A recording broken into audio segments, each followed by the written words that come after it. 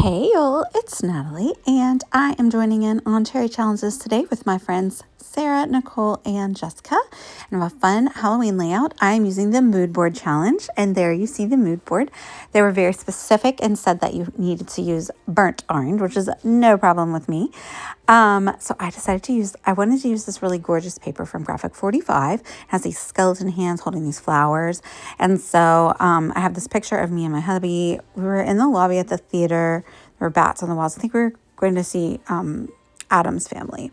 So I am taking inspo from the mood board as well because it's just kind of like a bunch of rectangular pictures, kind of like two columns. So I'm going to kind of put my pattern paper and my photos in that same type of pattern down the left-hand side of the page. And then I created a title piece on my Cricut.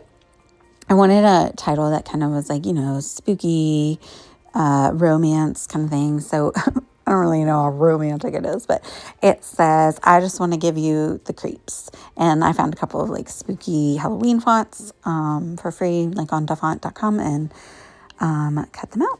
So I did 3 layers. I did like the base and then did that in black and then the burnt orange. And then I'm going to do the top in the same like little black with these like copper shiny stars. And then the creeps word is going to be some gold or orange glitter, which matches some of the papers. Some of the papers have glitter on them. Some of them are very, very old. I have like hoarded this My Mind's Eye Halloween stash for so many years, but I keep using them every year. Just a little bit will do because they're so gorgeous and I just love them so much. So you can kind of see how I've put them on there. I used a Pink Fresh Studio rectangular die to cut them out. It has like a curved edge and then 2 pointy edges. A couple of them didn't quite fit, like the card there and then the photo. And so I just kind of like am going to use the die to kind of trace the curved edge and kind of DIY. Same with this. I trimmed off the end of the black paper, and now I'm just going to use that die just to get that curved edge. So I'll like mimic the die cut, but obviously I don't have one that actually will fit that entire rectangle of paper. So make it work, right?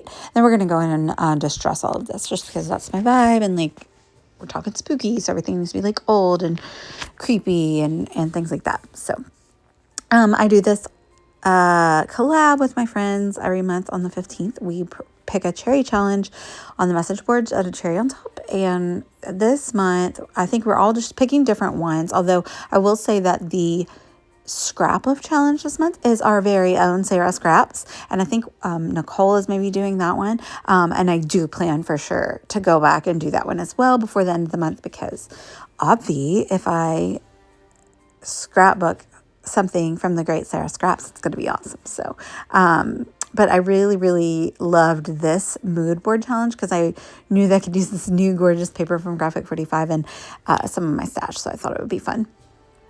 So we're going to commit and stick that down. So I roughed up the edges really well and I inked the black paper up with some white just to help it stand off the background a little bit. And then I did go back in and kind of did the same size cuts with the same die with that burnt orange paper. And I'm just backing all of the pattern papers with it and just lifting up the edges, giving a little bit of roughage so that you just see tiny peaks. So we're not like matting things.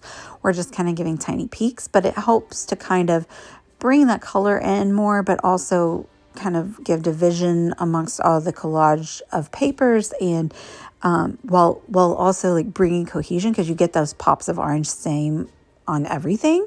Although I do go in a couple of them and add the cream color paper because we already had a lot of orange going on the ghost paper, so I just added the cream. But you get the vibe, right? Like you just pull up a few edges, but you don't have a full mat all the way around the pattern paper. It was a little messy, but that's okay. It's been a minute, like I took a trip and took a little break from crafting. I didn't craft that whole week, which was crazy. I thought about crafts though, so that counts. And, I'm back now and I'm in the craft room, so I'm like getting into the groove again. And it felt good to get messy and get in there and work on this layout. It did take me a while. I will say that it took me a while, but I zoomed in there, so I had to cut some of this out, but I also roughed up the edges of my photo and kind of pulled up and tore some of that. And I like the way that looks. I don't always do that, but I think it lended well to the vibe of the layout. So kind of putting things back on a little bit. Some of the pieces are overlapping. I had this like doily that is got, what do you call it? Spider webs around the edges. So I have that peeking out on a couple sides of a couple photos and the main piece there, and everything is just stuck down to the page. I think, no, maybe some of them I do stick up.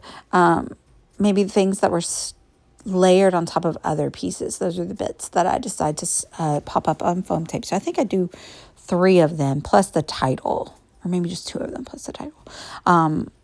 Stick it up on foam tape, and then I'm going to go through and do embellishments. So we got a lot going on this page because we got the really gorgeous background paper, and then we also have the other really beautiful pattern papers, and I didn't pick any that were similar or the same. So like we have one plaid, and the stars reads as like a polka dot, and then we have a damask, and then the 2 yellow oranges might be like damask-ish. But anyway, it's different enough that I think it's cool that they work.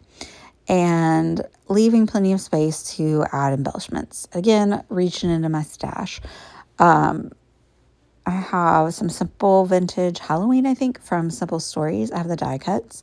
And then there was a Cartabella Halloween collection. I think it came in the cherry box from last year, maybe 2 years ago. But I love Cartabella, like the texture of their paper. It's really gorgeous.